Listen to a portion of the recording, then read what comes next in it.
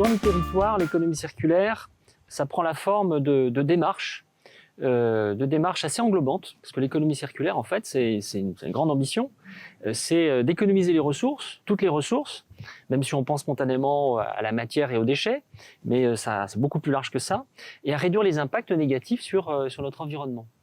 Et donc, pour pouvoir faire ça, pour pouvoir avoir cette ambition, eh bien, il faut travailler avec l'ensemble des acteurs. Et donc sur le territoire par définition, c'est l'ensemble des acteurs qui sont portés par le territoire, eh bien il faut les mobiliser pour que chacun puisse apporter sa pierre.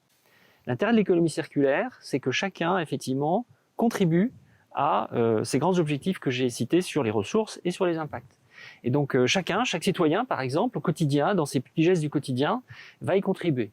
Bien sûr, les entreprises, les associations, les élus eux-mêmes, les collectivités et tout ce qui constitue les collectivités vont y jouer bien sûr un rôle très important, notamment pour assurer une bonne coordination, une bonne montée en compétences des uns et des autres pour obtenir de bons résultats.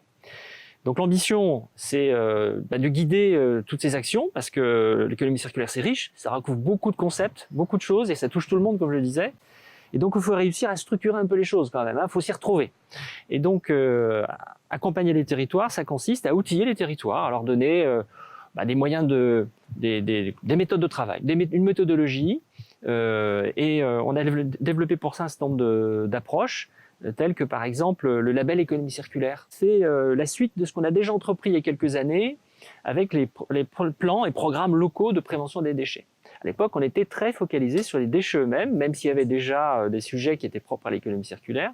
Mais aujourd'hui, on a une ambition encore beaucoup plus forte, qui est de toucher vraiment tous les acteurs avec tous les piliers de l'économie circulaire, qui sont nombreux, qui touchent à la fois la consommation des ménages, mais aussi les consommations des entreprises et collectivités, la production, donc la production notamment bien sûr des entreprises, par les entreprises, et puis enfin tout ce qui concerne le traitement des déchets, la bonne gestion, le bon traitement des déchets, pour pouvoir boucler la boucle et faire en sorte que les déchets produits soient réintroduits dans le cycle de consommation et de production. Alors les pratiques innovantes, elles sont multiples, parce que, encore une fois, l'économie circulaire, c'est très vaste, il y a beaucoup de choses, consommation, production, déchets.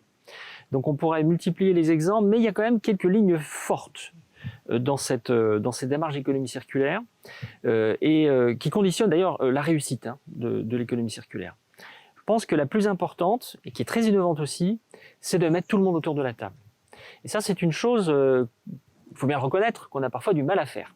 Parce que, il y a certains groupes qui ont du mal à dialoguer, parce qu'ils cohabitent sans vraiment travailler ensemble, entre le milieu associatif, les citoyens, les collectivités, bien sûr, avec les élus et les services, bien sûr, les chargés de mission qu'on trouve dans ces services, les entreprises, enfin tous les acteurs du territoire.